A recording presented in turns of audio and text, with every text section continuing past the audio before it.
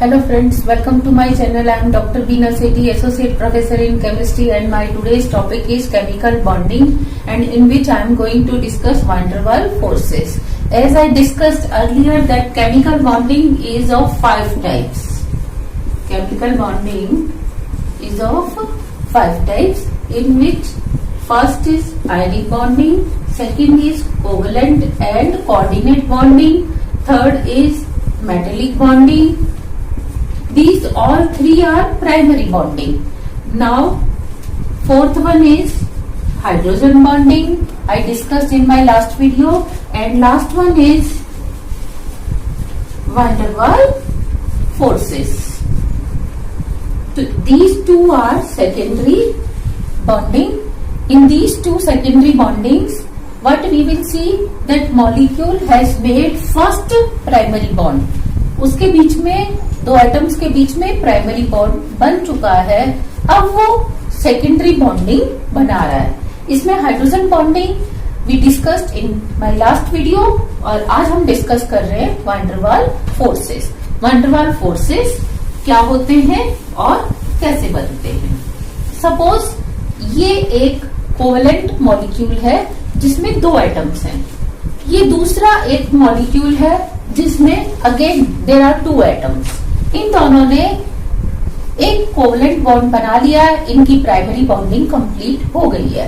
लेकिन बावजूद इसके क्या हो सकता है कि ये दोनों एटम अगर ए है मीन्स होमो डायटोमिक मॉलिक्यूल है, तो दोनों की इलेक्ट्रॉन नेगेटिविटी बराबर है, तो ये बॉन्ड जो है कैसा होगा, नॉन पोलर होगा. लेकिन अगर इसमें एक एटम ए और दूसरा एटम बी है, यानी कि ये दोनों मॉलिक्यूल जो है ये हेटेरोडायटोमिक है, तो इसमें दोनों की नेगेटिविटी में अगर बहुत हल्का सा भी फर्क है, तो एक एटम पे क्या होगा, पार्शियल पॉजिटिव, और दूसरे एटम पे क्या होगा, पार्शियल नेगेटिव. बिकॉज ये जो शेयर्ड पेयर है ये दोनों के बीच में इक्वली शेयर्ड नहीं होगा. तो van der Waals फोर्सेस कब इंप्लीमेंट होते हैं, इस केस में या इस केस में. van der Waals forces are applicable in both cases. यानी कि अगर दोनों नॉन पोलर बॉन्ड बना रहे हैं तब भी van der Waals फोर्सेस बन सकते हैं, और अगर पोलर बॉन्ड बना रहे हैं तब भी क्या हो सकता है, van der Waals फोर्सेस बन सकते हैं. We will discuss one by one. तो इस बेसिस पे कि वो दोनों डाइपोल के बीच में बन रहा है या पोलर के बीच में बन रहा है, ये 5 टाइप के van der Waals फोर्सेस होते हैं. 5 में से जो फर्स्ट है वो ओरिएंटेशन फोर्स कहलाता है. ये अपने आप में 2 टाइप का होता है. First dipole dipole interaction, second ion dipole interaction. Third होता है इसमें induction. Induction van der Waals forces में again it is of 2 type. First dipole, induced dipole, और इसमें सेकंड होता है आयन इंड्यूस्ड डाइपोल. फिर इसकी जो तीसरी कैटेगरी होती है वो क्या होती है, लैंडल फोर्सेस या डिस्पर्जन फोर्सेस. इसके आगे एक ही कैटेगरी होती है, इंड्यूस्ड डाइपोल, इंड्यूस्ड डाइपोल. तो लाइकवाइज जो van der Waals फोर्सेस हैं ये 5 टाइप के होते हैं. अब हम इनको एक एक करके देखेंगे. सबसे पहले है डाइपोल डाइपोल. डाइपोल डाइपोल में क्या है कि 2 एटम है ए और बी, इन्होंने एक प्राइमरी बॉन्डिंग कर ली है, लेकिन इलेक्ट्रॉन नेगेटिविटी डिफरेंस के कारण ये शेयर्ड पेयर जो है इक्वली डिस्ट्रीब्यूटेड नहीं है. एक साइड कम और एक साइड ज्यादा है, जिससे इसके ऊपर एक एटम पे पार्शियल पॉजिटिव और एक पे पार्शियल नेगेटिव है. जब ऐसा कोई मॉलिक्यूल किसी दूसरे ऐसे ही मॉलिक्यूल के कांटेक्ट में बहुत पास आता है, ये मैंने दूर बनाया है, एक्चुअली ये जब पास पास आते हैं तो क्योंकि इस एटम पे भी क्या होगा, पार्शियल पॉजिटिव, और इस वाले पे क्या होगा, पार्शियल नेगेटिव होगा. तो अब इस पार्शियल नेगेटिव और इस पार्शियल पॉजिटिव के बीच में क्या हो सकता है, हल्का सा अट्रैक्शन हो सकता है. इसी फोर्स का नाम होता है van der Waals फोर्स. क्योंकि इसमें जो van der Waals फोर्स जिन 2 मॉलिक्यूल्स के 2 नेबरिंग एटम्स के बीच में बन रहा है, ये दोनों ही किसके पार्ट हैं, डाइपोल के. पहला मॉलिक्यूल पे डाइपोल है, दूसरा मॉलिक्यूल भी क्या है, डाइपोल है. परमानेंटली डाइपोल है, क्योंकि इसमें आपने जो इन दोनों एटम का नेचर है वो परमानेंटली, एक ए है दूसरा बी है। ऐसा नहीं है कि पहले ए था अब बी हो गया, नहीं, पहले से ही वो ए था ये बी था, और इसके बीच में जो डाइपोल मोमेंट की वैल्यू है इट रिमेन्स कांस्टेंट, यानी कि टेम्परेचर के साथ इसके ऊपर कोई खास ज्यादा फर्क पड़ता नहीं है, ना ओरिएंटेशन के साथ। बल्कि क्या होगा, दूसरे मॉलिक्यूल का ओरिएंटेशन, अगर ये प्लस के पास माइनस है, माइनस के पास प्लस है, तो इसके बीच में क्या होगा, अट्रैक्शन होगा। और अगर ऐसा हो जाए कि ये प्लस ये माइनस था और इसके पास ये माइनस और ये प्लस आ जाए, तो ये वाला फोर्स नहीं होगा। तो इसमें बेसिकली जो स्ट्रेंथ है वो ओरिएंटेशन ऑफ डाइपोल के ऊपर डिपेंड करती है। अगर वो ओरिएंटेशन प्रॉपर है तो स्ट्रॉन्ग बॉन्ड जो होगा वो ज्यादा स्ट्रॉन्ग होगा। दूसरी चीज, डाइपोल मोमेंट की वैल्यू, जितना ज्यादा इनकी नेगेटिविटी का डिफरेंस होगा, यानी कि अगर दोनों एटम की में एक की नेगेटिविटी एक है और दूसरे की कितनी, 2, तो डिफरेंस कितना आया, 1। लेकिन अगर इसकी 2 की जगह 3 होती तो डिफरेंस कितना होता, 2। तो अब जो पार्शियल नेगेटिव चार्ज और पॉजिटिव चार्ज आएगा वो ज्यादा होगा, तो इसीलिए इनके बीच का जो फोर्स है वो भी क्या होगा, ज्यादा होगा। तो ये तो था फर्स्ट टाइप का ओरिएंटेशन, डाइपोल डाइपोल। अब आप इसका एग्जांपल ऐसे भी देख सकते हो कि आपने लिया HBr, HI, एक एटम हाइड्रोजन है, एक एटम क्या है, आयोडीन है, तो इसके ऊपर पार्शियल प्लस और इसके ऊपर क्या है, पार्शियल नेगेटिव। ये दूसरे हाइड्रोजन आयोडाइड के कांटेक्ट में आएगा तो क्या होगा, इसके बीच में वैन डर वाल्स फोर्स होगा। सेम वे में HBr के केस में होगा। नेक्स्ट कैटेगरी है आयन डाइपोल। आयन डाइपोल में क्या होता है कि आपने एक लिया आयन, इधर पॉजिटिव आयन और नेगेटिव आयन, ये मॉलिक्यूल नहीं है, ये परमानेंटली चार्ज्ड स्पीसीज है, और इसके पास आप एक मॉलिक्यूल लेके आ गए AB, और AB एक डाइपोल है, परमानेंट डाइपोल। इसके ऊपर परमानेंट चार्ज है, इसके ऊपर परमानेंट डाइपोल है। ये इसकी जगह पॉजिटिव भी आप ले सकते थे, AB इस तरीके से। तो इनके बीच में जो अट्रैक्शन होगा ये भी ओरिएंटेशन पर डिपेंड करेगा, क्योंकि अगर इस A पे प्लस है, पार्शियल प्लस, और ये माइनस पास आया तो क्या होगा, अट्रैक्शन होगा। लेकिन इस पे प्लस और इस पे भी प्लस, ये दोनों पास पास आएंगे तो अट्रैक्शन नहीं होगा। तो इस केस में इसको कैसे आना पड़ेगा, इस साइड से, कि यहाँ पे B और यहाँ पे क्या हो, A। अब इसके बीच में क्या होगा, अट्रैक्शन होगा।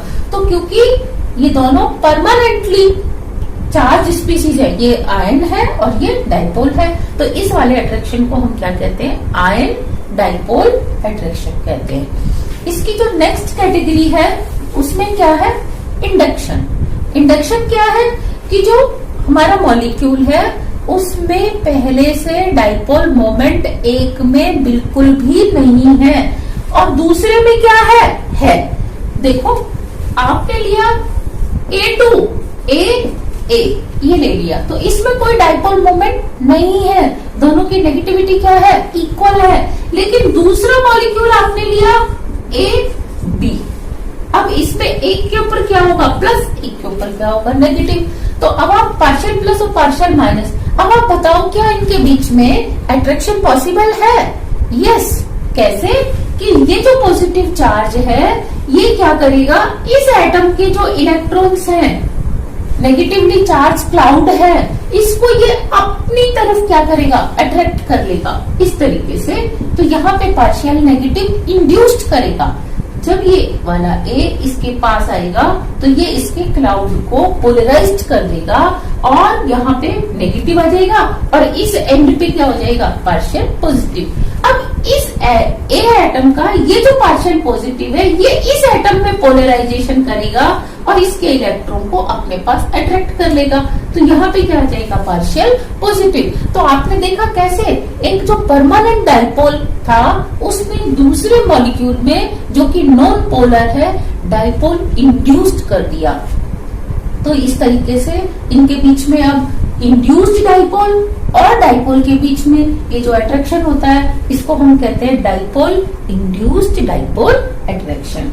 इसी की जो नेक्स्ट कैटेगरी होती है वो होती है आयन इंड्यूस्ड डाइपोल। मतलब एक आयन लेंगे आप, या तो पॉजिटिव लेंगे या क्या लेंगे, नेगेटिव लेंगे, और इसके बीच में आप इसकी रिएक्शन, इसका अट्रैक्शन देखेंगे किससे, नॉन पोलर से, ए।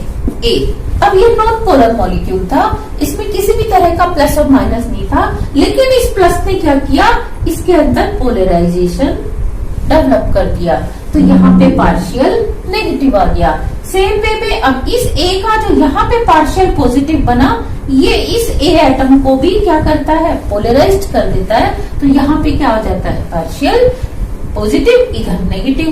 तो अल्टीमेट क्या हुआ, जब इसने इसको अट्रैक्ट किया तो यहाँ पे पार्शियल नेगेटिव आया और यहाँ पे क्या हो गया, पार्शियल पॉजिटिव आ गया। तो इस आयन ने इस नॉन पोलर मॉलिक्यूल में क्या किया, इंड्यूस्ड किया डाइपोल, तो ये कहलाएगा ion induced dipole. Same way में ये माइनस क्या कर सकता था, जैसे आपने ये माइनस लिया तो ये इसके इलेक्ट्रॉन को रिपेल कर सकता है, तो ये इलेक्ट्रॉन इधर की तरफ चले जाएंगे इससे दूर, तो यहाँ पे क्या आ जाएगा, पार्शियल पॉजिटिव। फिर यहाँ पे जब ज्यादा इलेक्ट्रॉन हो जाएंगे तो ये इस एटम के इलेक्ट्रॉन को उधर की तरफ भेजेंगे, तो यहाँ पे फिर क्या हो जाएगा, पार्शियल नेगेटिव। तो इस तरीके से इसमें क्या जनरेट हो जाएगा, प्लस माइनस, यानी कि डाइपोल इंड्यूस्ड हो जाएगा। तो इसको भी, इनके बीच में जो अट्रैक्शन होता है, इस अट्रैक्शन को हम कहते हैं ion induced dipole. Next is London और डिस्पर्जन फोर्सेस। लंदन और जो डिस्पर्जन फोर्सेस हैं, इसको आप ऐसे समझ सकते हो कि दे आर यूनिवर्सल फोर्सेस, कि पूरे यूनिवर्स में ये वाले फोर्सेस प्रेजेंट हैं। हर किसी भी दो मॉलिक्यूल्स, एटम्स के बीच में आप देखते, जैसे मैंने अगर दोनों हाथ ऐसे जोड़े तो इनके बीच में भी क्या होगा, थोड़ा सा फोर्स अपने आप डेवलप हो जाता है। या मैंने ये बुक ली, अगर इस बुक को मैं काफी दिन तक नहीं खोलूं तो क्या होगा कि पेज आपस में जो चिपक जाते हैं, तो कौन से फोर्स से, लंदन डिस्पर्जन फोर्सेस से। या आप कपड़ों को जब तह लगा के रख देते हैं, उनके बीच में जो बॉन्ड बन जाता है, वो भी क्या होता है, लंदन या डिस्पर्जन फोर्सेस होते हैं। ये कैसे हम एक्सप्लेन करते हैं कि इनका मतलब कैसे जनरेट हुए ये दो मॉलिक्यूल्स के बीच में, जब दोनों ही क्या है, नॉन पोलर। सपोज ये एक मॉलिक्यूल था, इसका ये पॉजिटिव न्यूक्लियस, इसका ये पॉजिटिव न्यूक्लियस, और ये इलेक्ट्रॉन क्लाउड जो है वो बाहर चारों तरफ सिमेट्रिकली डिस्ट्रीब्यूटेड था। सेम वे में ये दूसरा मॉलिक्यूल है जिसका ये पॉजिटिव न्यूक्लियस और बाहर क्या है, नेगेटिवली चार्ज क्लाउड है। लेकिन these electrons are not stationary, they are regular in motion. जब ये रेगुलर मूवमेंट कर रहे हैं, कोई एक सेकेंड का भी उसका बहुत छोटा मोमेंट ऐसा आएगा कि ये इलेक्ट्रॉन मूव करते करते इधर आ जाएगा, ये इलेक्ट्रॉन इस साइड आ गया, तो अब इस पॉजिटिव का क्या होगा, प्लस चार्ज इधर की तरफ ज्यादा आएगा, यहां से वो शील्ड हो जाएगा। ये जो एक्स्ट्रा पॉजिटिव चार्ज इधर है, it is sufficient to stop this electron. जो इस इलेक्ट्रॉन क्लाउड का इलेक्ट्रॉन है, ये इस पॉजिटिव के कारण यहाँ पे क्या होगा, स्टॉप, टेम्परेरीली स्टॉप हो जाएगा। तो अब इसका पॉजिटिव क्या होगा, इस तरफ ज्यादा जाएगा। सेम वे में ये पॉजिटिव इसके इलेक्ट्रॉन्स को इधर की तरफ अट्रैक्ट करेगा, इसमें पोलराइजेशन इंड्यूस्ड करेगा, ये वाला इधर करेगा, ये इलेक्ट्रॉन इधर स्टॉप हो जाएगा टेम्परेरीली, तो ये इसमें होगा, ये अपने नेक्स्ट में करेगा। तो आपने देखा कैसे मोमेंटरीली ये इंड्यूस्ड हुआ इसके अंदर, पार्शियल नेगेटिव और यहाँ पे पार्शियल पॉजिटिव, फिर इस मॉलिक्यूल में पार्शियल नेगेटिव पार्शियल पॉजिटिव।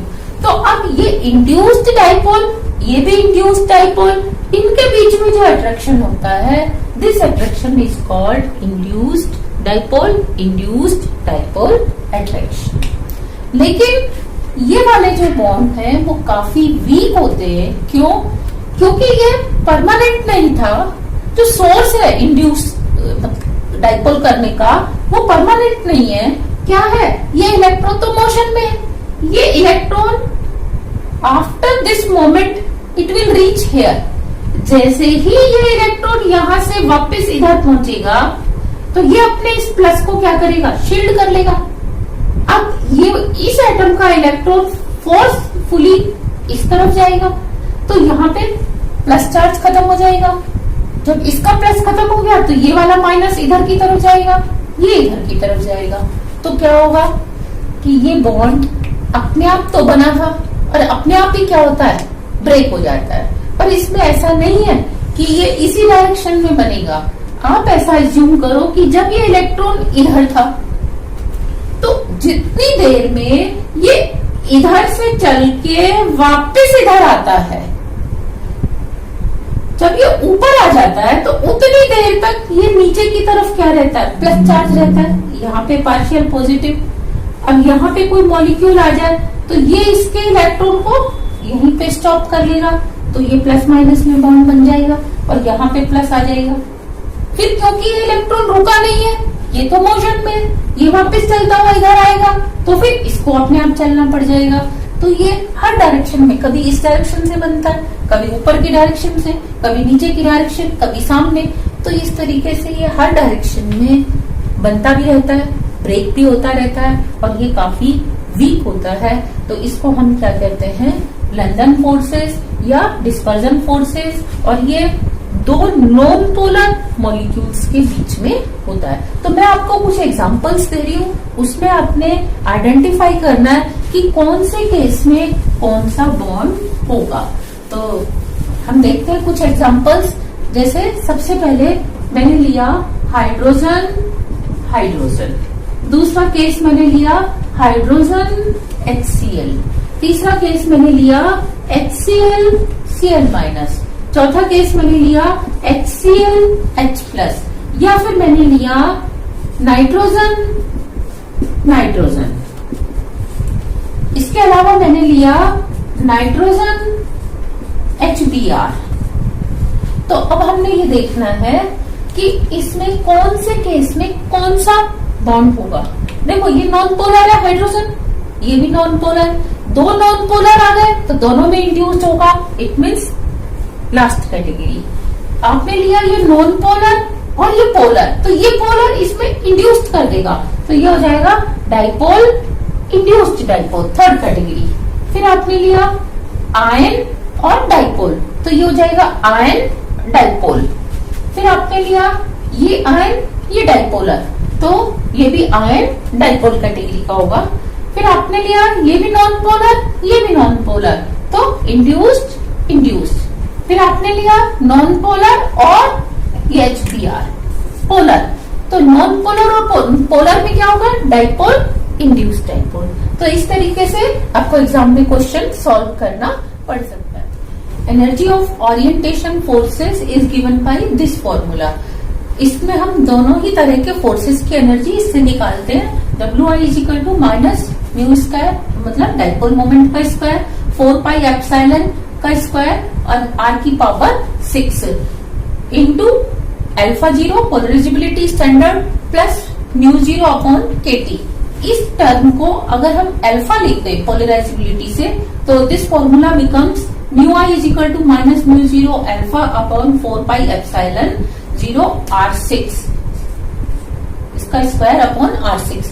यानी कि जो इनके फोर्सेस की जो वैल्यू है वो उनके बीच की जो डिस्टेंस है R, यहाँ पे उनके बीच की डिस्टेंस जो है उसके 6 पावर इनवर्सली प्रोपोर्शनल होती है। तो यहाँ पे म्यू की वैल्यू, म्यू क्या है? डाइपोल मोमेंट, अल्फा क्या है? पोलराइजेबिलिटी, एंड 4π एप्सिलॉन की वैल्यू गिवन होती है 1.11 × 10⁻⁻10 पर जूल कूलम स्क्वायर पर मोल और K की वैल्यू होती है 1.38 × 10⁻⁻23 जूल पर केल्विन। तो इस फॉर्मूले में हम इन सब की वैल्यू रख के क्या निकाल सकते हैं? इनके बीच का अट्रैक्शन की दो मॉलिक्यूल जो अब पास पास आ रहे हैं, दोनों ही डाइपोलर हैं, तो उनके बीच में कितना फोर्स होगा। अब इसको हम प्रूव ऐसे करते हैं कि ये डिस्टेंस के इनवर्सली प्रोपोर्शनल है कि आपने क्या किया एक ही ग्रुप के हाइड्राइड्स ले लिए, HBr, HI ये ले लिया। अब ये दोनों में इलेक्ट्रॉन नेगेटिविटी डिफरेंस क्या है, यहाँ पे कम है, यहाँ पे क्या है ज्यादा, लेकिन डिस्टेंस, क्योंकि आयोडीन का साइज क्या है बड़ा और ब्रोमीन का साइज क्या है छोटा, तो इन दोनों ही लिक्विड्स का जो बॉइलिंग पॉइंट है वो क्या होगा, डिफरेंट होगा। तो इसकी जो वैल्यू है, जैसे जैसे साइज बढ़ता जाता है, सरफेस एरिया बढ़ते जाने से इसकी पोलराइजेबिलिटी क्या होती जाती है, ज्यादा होती जाती है। न्यूक्लियस का अट्रैक्शन क्या होता है, कम। ये इजीली पोलराइज्ड हो सकता है, इजीली दूसरे मॉलिक्यूल से क्या हो सकता है, अट्रैक्ट हो सकता है इन कंपैरिजन टू दिस। तो इसमें क्या होगा, इसका ज्यादा होगा बॉइलिंग पॉइंट, जबकि इस लिक्विड का क्या होगा, कम। तो इस तरीके से अगर हम देखें तो बॉइलिंग पॉइंट्स ऑफ लिक्विड जो है, अगर एक ही ग्रुप के हाइड्राइड्स का या कोई क्लोराइड्स का हम कंपेयर करें तो वो क्या होगा, boiling point is proportional to 1 molecular weight. Molecular weight बढ़ने से पोलराइजेबिलिटी बढ़ती है और बॉइलिंग पॉइंट क्या होता है, इंक्रीज होता है। नेक्स्ट जो हम निकालेंगे वो निकालेंगे dipole induced dipole. Dipole induced dipole forces के लिए, जिसमें एक ऑलरेडी डाइपोलर होगा, दूसरा क्या होगा, नॉन पोलर। तो उसके लिए जो हम एनर्जी निकालते हैं, उनके बीच में जो फोर्सेस हैं उसको हम इस फॉर्मूले से निकालते हैं, induced dipole is equal to minus mu I square alpha 2। यहाँ म्यू आई क्या है, ऑलरेडी डाइपोलर मॉलिक्यूल। जैसे अगर आपने एक लिया है HCl मॉलिक्यूल, दूसरा लिया है CCl4, तो this is non polar, this is polar. तो यहाँ पे म्यू आई क्या है, इसका डाइपोल मोमेंट, जबकि ये क्या है, इसकी पोलराइजेबिलिटी CCl4 की, और ये वैल्यू कांस्टेंट है। R इसके बीच में क्या है, डिस्टेंस। तो हम क्या निकाल सकते हैं, इनके बीच में जो फोर्सेस हैं उनकी स्ट्रेंथ कितनी है। रैंडम या डिस्पर्जन फोर्सेस की जो एनर्जी है, जो कि नॉन पोलर के बीच में ही होती है, उसको हम इस फॉर्मूले से कैलकुलेट करते हैं। UD is equal to -3/4I bracket में under bracket alpha O 4πε0 into 1/r⁴ इसमें क्या होता है, I is equal to ionisation energy, कि उसकी जितनी ज्यादा आयनाइजेशन एनर्जी होगी, उसका जो डिसोसिएशन, यहाँ पे जो डिस्पर्जन एनर्जी होगी, डिस्पर्जन बॉन्डेड की एनर्जी वो उतनी ज्यादा होगी। और अल्फा जो है उसकी पोलराइजेबिलिटी है लिक्विड की, जिसको हम कैलकुलेट करते हैं from the molar refraction of liquid से। और अगर हम इन तीनों ही टाइप के फोर्सेस को जोड़ दें तो हम टोटल निकालना चाहें कि लिक्विड्स में जो मॉलिक्यूल्स हैं उनके बीच में कितना अट्रैक्शन होगा, तो उसको हम म्यू टोटल को ऐसे निकालते हैं, -c हमने कांस्टेंट मान लिया, r⁴ यानी कि जैसे जैसे डिस्टेंस उनके बीच में कम होती जाती है, वैसे वैसे क्या होता है कि वो फोर्सेस बढ़ते जाते हैं।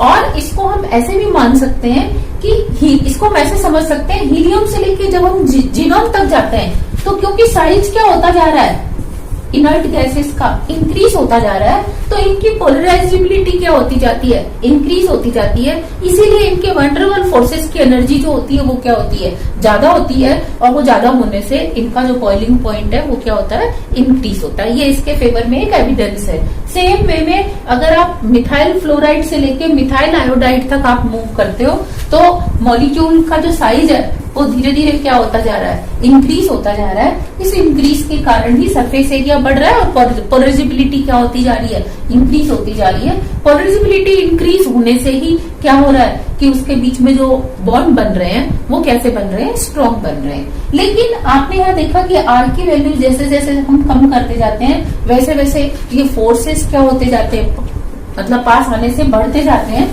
और बढ़ने से क्या होता है, फोर्स की ज्यादा स्ट्रॉन्ग होते जाते हैं ये वाले force.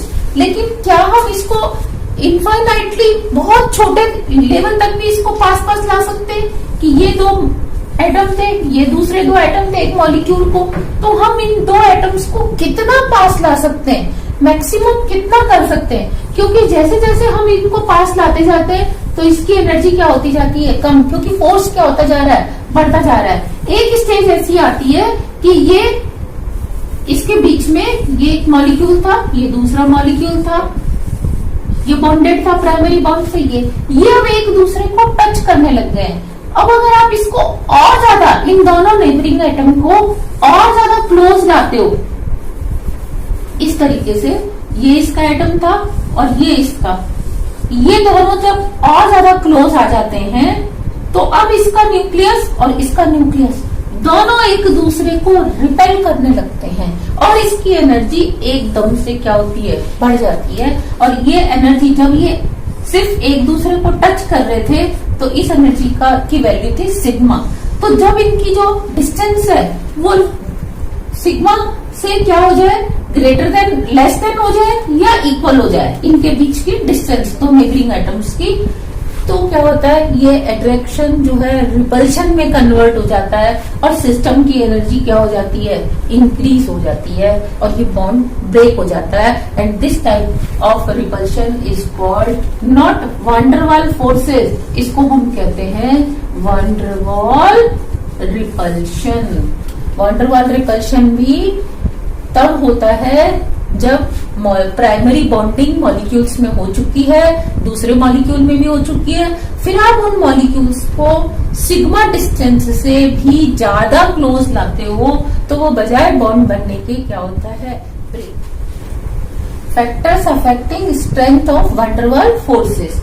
There are mainly two factors which affect the strength of van der Waals force. First is size, second is electronegativity difference. Size से कैसे कि आप हीलियम से लेके जीवन तक जाते हैं तो क्या होता है, साइज इंक्रीज होता है।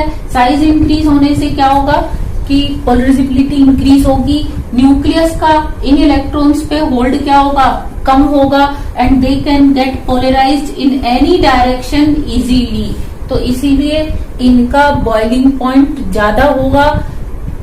जैसे जैसे आप ऊपर से नीचे आओगे, किसी भी ग्रुप में, पीरियोडिक टेबल के किसी भी ग्रुप में आप टॉप टू बॉटम आते हो तो जो एलिमेंट्स हैं उनका बॉइलिंग पॉइंट या उनके जो कंपाउंड्स हैं उनका बॉइलिंग पॉइंट क्या होता है, इंक्रीज होता है। Second is electronegativity difference. Electronegativity difference में आप ऐसे देखो कि एक ये दो एटम है ए और बी, इनके बीच का डिफरेंस 0.4 है और दूसरी बार ए और बी के बीच का जो डिफरेंस है वो कितना है, 0.8 है।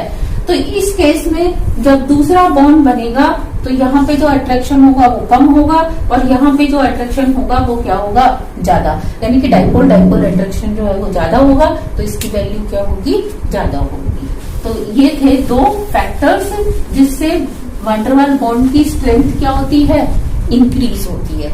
इसी की जो एप्लीकेशंस होती हैं वो ऑर्गेनिक केमिस्ट्री में भी आती हैं कि जैसे आप देखते हो कि आप मीथेन, इथेन, प्रोपेन, ब्यूटेन, आप जब इस तरीके से ग्रुप बढ़ाते हो तो आप क्या देखते हो, साइज बढ़ता जा रहा है। साइज बढ़ने से वान डर वाल फोर्सेस इंक्रीज होते हैं और इनके बॉइलिंग पॉइंट इंक्रीज होते हैं। तो ना सिर्फ एल्केन्स में, एल्कीन्स में, एल्काइंस में जैसे जैसे number of carbon atom increase होता है इनके बॉइलिंग पॉइंट इंक्रीज होते हैं। First application in organic chemistry.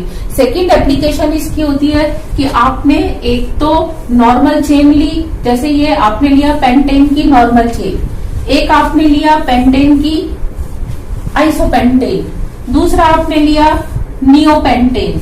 तो नियोपेंटेन में क्योंकि ब्रांचिंग ज्यादा है, ये लगभग स्फेरिकल है, इसमें सरफेस एरिया कम है। सरफेस एरिया कम होने से ये दूसरे नियोपेंटेन का जो मॉलिक्यूल होगा उसके बीच में और इसके बीच में कम वान डर वाल फोर्स होंगे तो इसका बॉइलिंग पॉइंट कम होगा। जबकि जो नॉर्मल है इसका सरफेस एरिया ज्यादा है, इसका इंटरमीडिएट है, तो इसीलिए नॉर्मल चेन वाले कंपाउंड्स का जो बॉइलिंग पॉइंट है वो ज्यादा होता है अगर कार्बन नंबर ऑफ एटम्स क्या रखे जाएं, सेम रखे जाएं। इसी तरीके से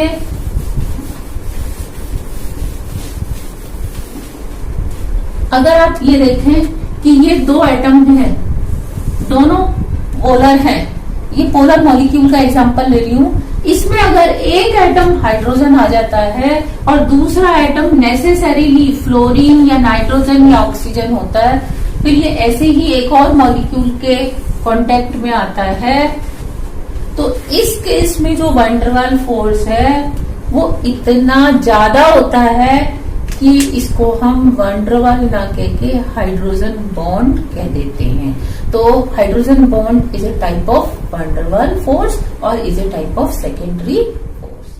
थैंक यू।